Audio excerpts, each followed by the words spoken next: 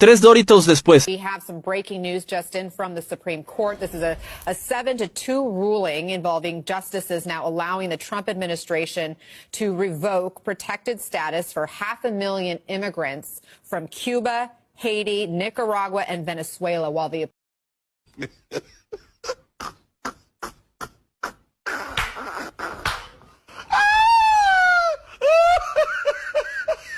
Messages, though, for the Cubans for Trump. Actually, for all Latinos for Trump.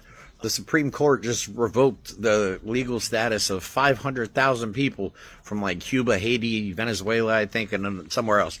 So you guys better start packing your shit because they're coming after you. They don't care that you voted for them.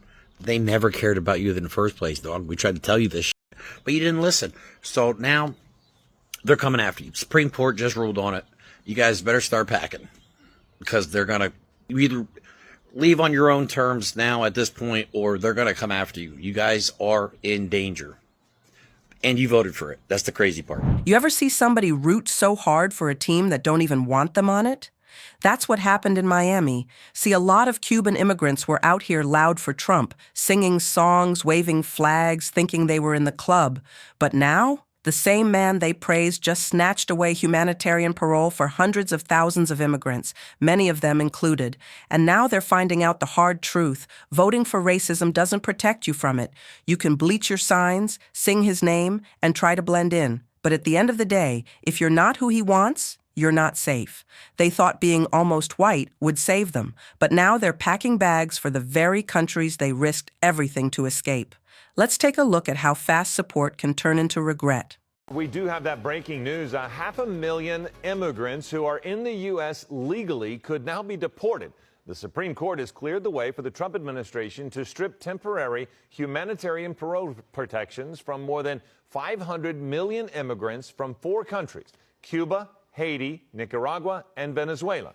Also part of the ruling, the court allows the administration to revoke temporary legal status from 350,000 Venezuelan immigrants in another case. If you're gonna love me, baby, love me for real. Well, if it isn't the consequences to our actions, this pro-Trump supporter Cuban rapper is about to be deported. A Cuban dissident turned MAGA hype man named El Funky, or for this video right here we'll call him El Pendejo, comes into America waving his Trump flag around, thinking he's about to be the poster child for American freedom, only to be hit with a gotcha moment from Homeland Security. Gotcha! This man right here, who is obviously internally Caucasian, thought he can come into America, wrap himself around the flag, and pose as the world's most off-brand Trump supporter. This idiot doesn't understand that this administration will chew up anybody. His grandmother, who just gets caught jaywalking, would be deported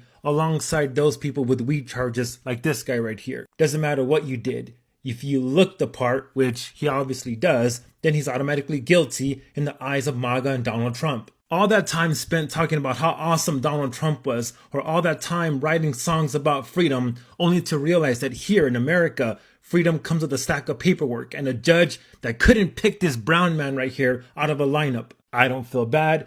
You shouldn't feel bad for this guy right here. You reap what you sow. And that's it. Did you know that Cuban deportees, especially the ones that are political dissidents and the ones seeking asylum in the U.S., face a significant risk of torture when they come back to Cuba? So when we ask ourselves, when will Latinos for Trump open their eyes, specifically the Cuban ones? The answer is they never will. And there's no better example than the Cuban for Trump than El Funky. He's a Cuban rapper that's currently facing deportation and possible imprisonment in Cuba since his music helped fuel anti-government protests in Cuba. Someone that's been really silent about this case is self-hating Marco Rubio, a Cuban himself. It's a perfect illustration of how much Marco Rubio has changed up during the Trump presidency. Even just a year ago, I'm sure Marco Rubio would have been the loudest person about this case. It's also a crazy example of how much Trump has changed up about Cuban immigration policies. For decades, the U.S. has rolled out the red carpet for Cubans, despite Trump refusing to help these Cubans who have overwhelmingly voted for him. They are still very much pro-Trump, including the rapper El Funky. Talk about fucking around and never finding out. So the man you see behind me is a pro-Trump rapper who has 30 days to leave the country. But he's not just a regular rapper.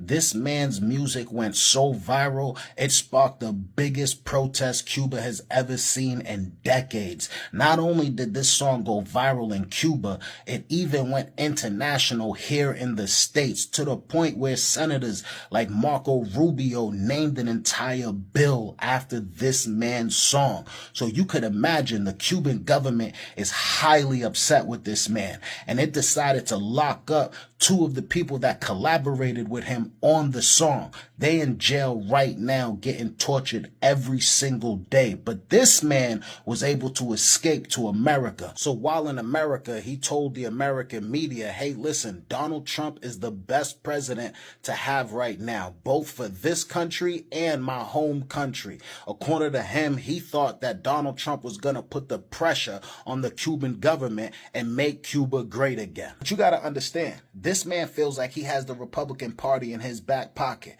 because so many Republicans came out, prominent Republicans at that, came out and supported this man, his movement, and his song. They named the bill after this man. But here's the thing. Those same Republicans that was championing this man and his movement are crickets right now. Dead silent. I will vote for Donald Trump.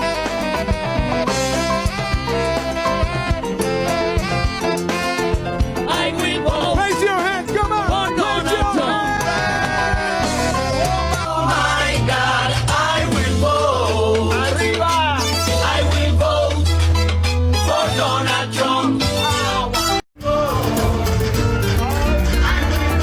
I want to thank Los Tres del Habanas. How did I do, Mercy? For their incredible performance. Nosotros lo hicimos porque nosotros queríamos. A mí nadie me pagó un centavo. A mí nadie me dijo que esto iba a ser beneficioso, ni siquiera que iba a Oh my God, I will vote. I will vote for Donald Trump. That's what y'all did. Those people didn't even get paid to do that. That's crazy. The wordplay that the GOP specifically used in Florida, especially Miami, on Venezuelans and Cubans is unreal. They told you guys that they're only going after the criminals. You guys are the criminals. When you come to this country illegally, that's the crime. But what you do is you seek asylum because you're saying you're running away from a very bad government. But you still have to get here to seek asylum. And when you seek asylum, you give your name, where you're living, where you're working. That's how this works. So that's what they did. They didn't go around trying to find a bunch of illegal immigrants everywhere, because that's difficult to do. Apart from the farms and the construction sites, it's hard to find illegal immigrants in the country. They don't leave a paper trail. But people that seek asylum do. And that's why they went to y'all houses in Miami and picked y'all up, because they knew where you were at. Your paperwork wasn't completed. But hey, I will vote for Donald Trump. You voted for your people to get deported because he don't give a what you look like. Y'all could look white, you can have the proximity to whiteness, but you are from Cuba and he don't give a shit. So thoughts and deportations.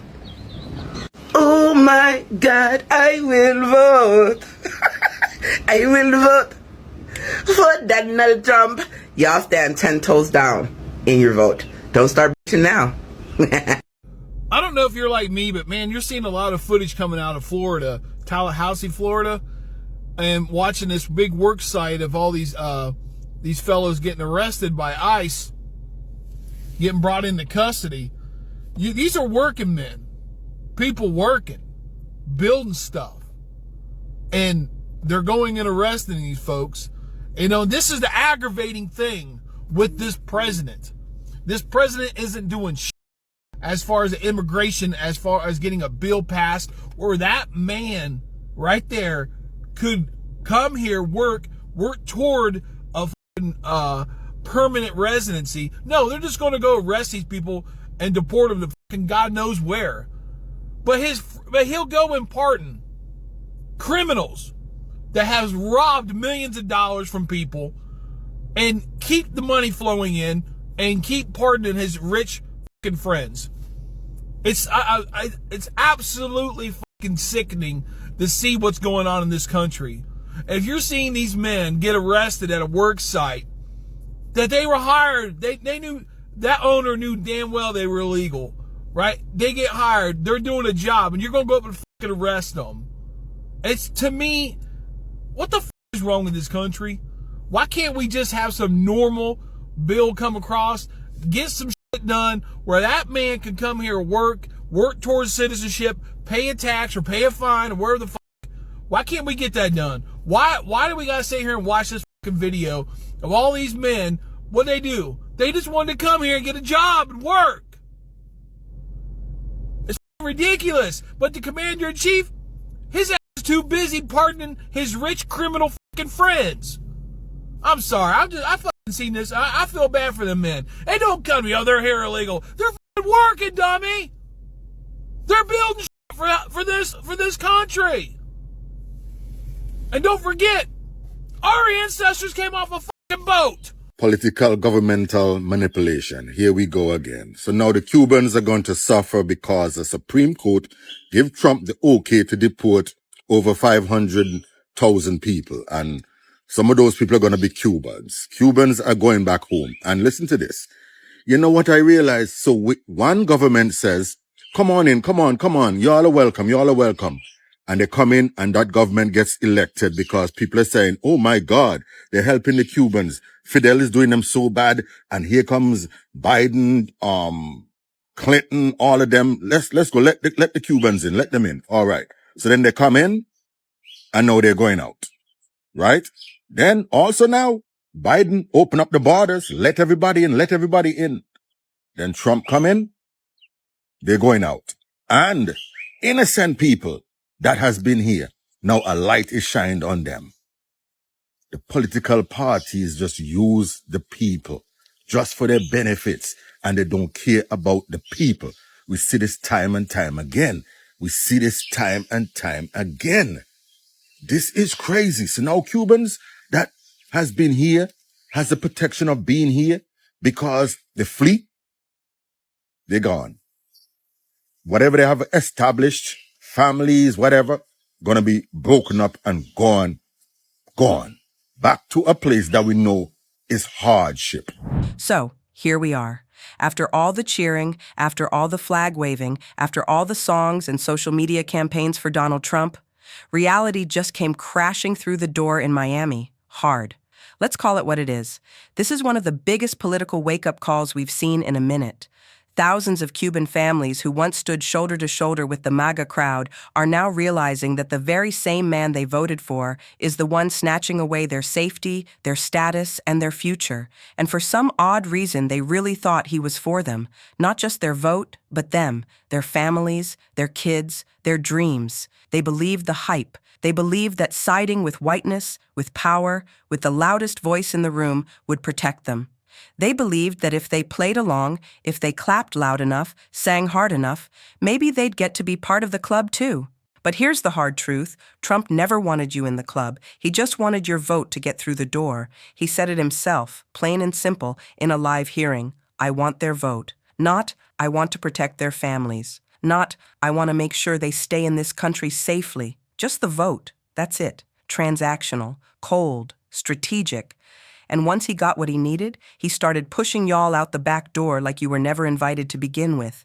Now, 500,000 immigrants are facing deportation, 500,000 lives disrupted, 500,000 families wondering what happens next. And that includes a whole lot of the same folks who once called Trump their savior. The saddest part? Some of y'all thought being lighter-skinned would earn you a pass. That if you weren't too brown, if you distanced yourself from black and brown folks, if you stood with MAGA, somehow you'd be safe. But Trump doesn't care about your skin tone. He only sees one thing. Are you useful to him in that moment? And once you're not, you're disposable, just like everybody else he's used and thrown away. Now let's talk about El Funky. I mean, the man really thought because he had a platform, because he was famous, because he made noise for Trump, that he'd be accepted. But Trump made it clear, fame doesn't matter, status doesn't matter, music doesn't matter, not to him. The only thing that matters is your vote. That's what he's here for, nothing else. It's painful to watch because people like El Funky didn't just fall for the lie, they helped spread it. They pushed the narrative. They stood in front of cameras and told others to believe, and now they're stuck watching the very machine they helped build turn against them. It should be a lesson, a hard one, but honestly, I'm not sure it'll stick. Because time and time again, people who come to this country thinking proximity to whiteness equals protection end up learning the same harsh lesson. You can't outvote racism. You can't outdance it. You can't outsing it. You can't out-assimilate it. Trump's administration is doing exactly what many of us warned about before the election. We said it loud. We said it clear. We told you what would happen. But some of y'all were too busy trying to prove your loyalty to listen. And what makes this even worse is the history behind it. This country has always had a way of weaponizing fear, especially against immigrants. And the Cuban community in Miami, y'all were targeted hard. They told you Barack Obama was the next Fidel Castro. They said Hillary was Fidel. Bernie Sanders, Fidel. Joe Biden, yep, somehow Fidel too. Kamala Harris, you guessed it, Fidel.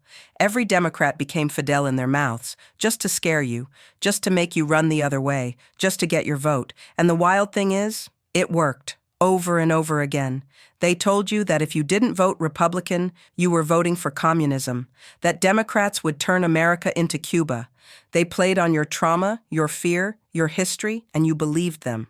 And now look, the very man who told you he was saving you from Fidel is sending you back to Cuba. That's not just betrayal, that's psychological warfare. And for those still defending it, still doubling down, still saying, well, at least he's strong, you're not being loyal, you're being lied to, and you're helping spread those lies to your own people. This ain't about left or right. This is about truth and consequences. Because while you were out here dancing in the street for Trump, he was filing paperwork behind your back to rip your family apart. While you were making songs in his name, he was plotting policies to send you back to the country you fled. While you were holding his picture up, he was already holding the door open for ICE. And let's be real, this isn't just Trump. This is the whole political system in America. Both parties have had their hand in broken immigration policies, and too many politicians treat immigrants like pawns instead of people. They'll lie to you, scare you, use your trauma against you, promise you safety, and deliver you deportation. And when they're done using you, they don't care what happens to you. It's been happening to black folks in this country since forever. We were shacked in chains and then blamed for everything that came after. We built this country and got shut out of its promises. So trust me, we know what it feels like to be used. We know what it feels like to believe in the system just to be crushed by it. That's why we speak up. That's why we say the things people don't want to hear. Not because we enjoy saying, I told you so, but because we're tired of watching the same cycle repeat with different faces. So no, this video isn't about mocking you. It's not about picking on you. It's about truth. Because truth is the only thing that's going to save us from repeating the same mistakes in 2028 and every election after that. Do your research. Look past the slogans. Look past the fear tactics. Ask yourself, who actually wants to help your community? Who is passing laws that protect your status, your family, your dreams? Because when someone shows you who they are, believe them the first time. Trump showed us, repeatedly. He showed us in 2016, he showed us again in 2020. And now in 2025, he's not hiding a thing. He's not pretending to care anymore. He's telling you straight up, I wanted your vote, not your future, not your family, not your life here, just your vote. And if that doesn't make folks wake up, I don't know what will. The Supreme Court is locked in. Every time he brings them a plan, they rubber stamp it. That's what they're there for now, his friends, his shields, his enablers. They're not thinking about your struggle. They're thinking about their legacy, their party, their agenda. So please, to my Cuban brothers and sisters who feel betrayed, who feel shocked, who feel scared, take this moment seriously. Take it to heart. Don't just cry about what's happening. Don't just post a video in frustration. Change something. Don't get tricked again. Don't let fear and false promises guide your vote. Don't let propaganda scare you into voting against your own best interest, because if you do, it'll happen again. And next time, it won't just be parole status. It'll be full separation. It'll be militarized borders. It'll be private prisons filled with immigrant families, owned by Trump's friends. This is your warning, and to the rest of us watching this happen from the outside, this is a reminder that whiteness will use you until you are no longer useful, that racism doesn't care how close you get to the throne, that proximity to power is not the same as protection. We've seen this before, and we'll see it again, unless we start telling the truth, sharing the truth, and standing up for each other, no matter where we come from or how we got here. So I'll leave you with this. Citizenship doesn't start with paperwork. It starts with dignity, with truth, with choosing people over politics and standing up even when it's uncomfortable. Let this be the last time folks fall for the same old lie. Thank you for watching, and remember to stay woke. See you in the next one.